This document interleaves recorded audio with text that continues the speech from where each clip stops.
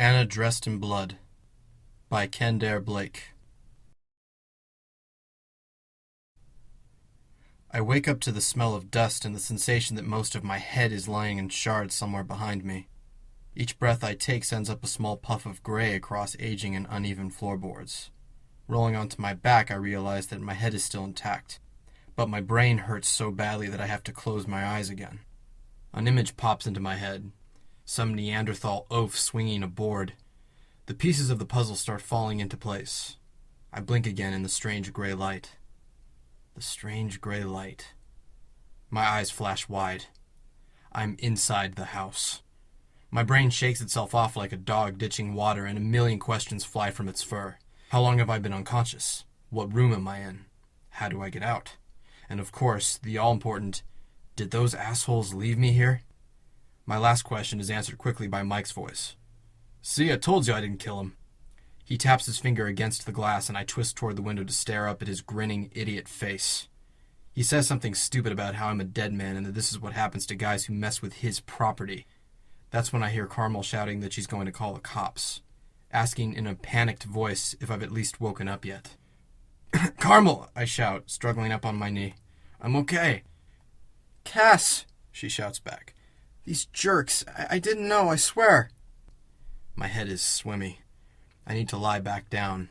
The room is starting to move on its own. Jesus, look at him. He's down again.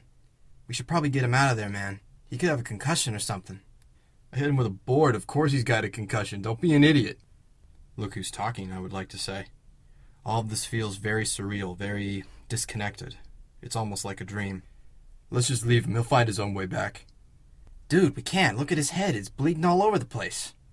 As Mike and Chase argue back and forth over whether to babysit me or let me die, I feel myself slipping back down into darkness. But then I hear Chase's voice go up about 5 or so octaves. Jesus! Jesus! What? Mike shouts, his voice irritated and panicky at the same time. The stairs! Look at the fucking stairs! I force my eyes open and will my head to lift up an inch or two. At first I don't see anything extraordinary about the stairs, but then I look up farther. It's her. She's flickering in and out like an image on a computer screen. Some dark specter trying to fight her way out of the video and into reality. When her hand grips the rail, she becomes corporeal, and it whines and creaks beneath the pressure. I shake my head softly, still disoriented. I know who she is, I know her name, but I can't think of why I'm here. It occurs to me suddenly that I'm trapped. I can hear the repeated panicked prayers of Chase and Mike as they argue about whether or not to run or try to get me out of the house somehow. Anna is descending upon me, coming down the stairs without taking any strides. Her feet drag horribly along like she can't use them at all. Dark purplish veins cut through her pale white skin.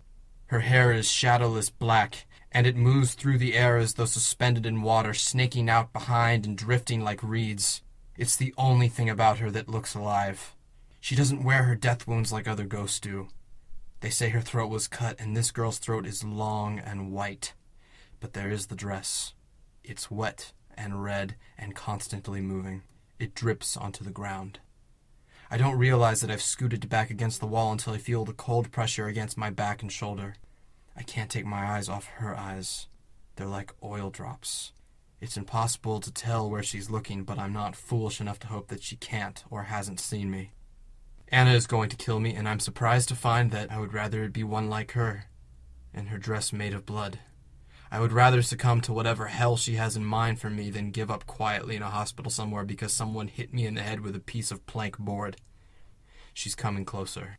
My eyes are drifting shut, but I can hear her movements whisper through the air.